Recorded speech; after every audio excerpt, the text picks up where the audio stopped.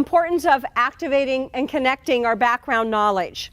And we know that often our L's come to our classroom with background knowledge and experiences that may be different from native English speaking students or students whose cultural background is rooted, in our community.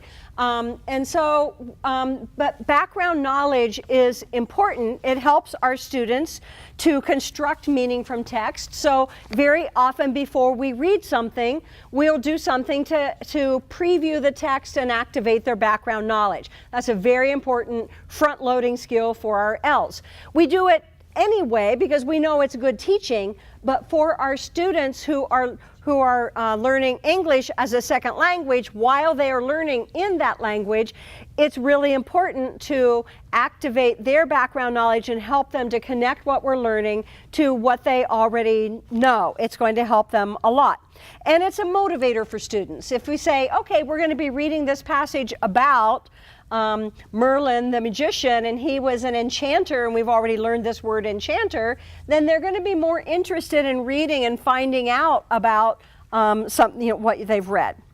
But also, as we're doing activities that activate background knowledge, we may find holes in the Swiss cheese. We may find students who have holes in their background knowledge and they don't have what they need in terms of background knowledge and experience to go through this passage. And that's an alert, a red flag to us as a teacher that we may have to actually build up some background knowledge and do something before we read the passage.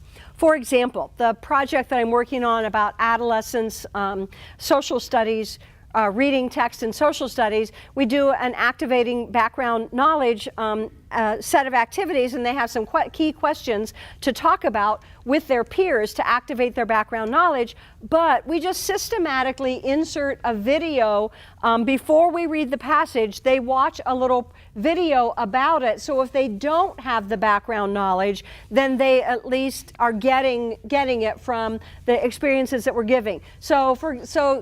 Having pictures or realia or watching a little video clip before we read about some content that we're going to teach can be a good way to build students' background knowledge.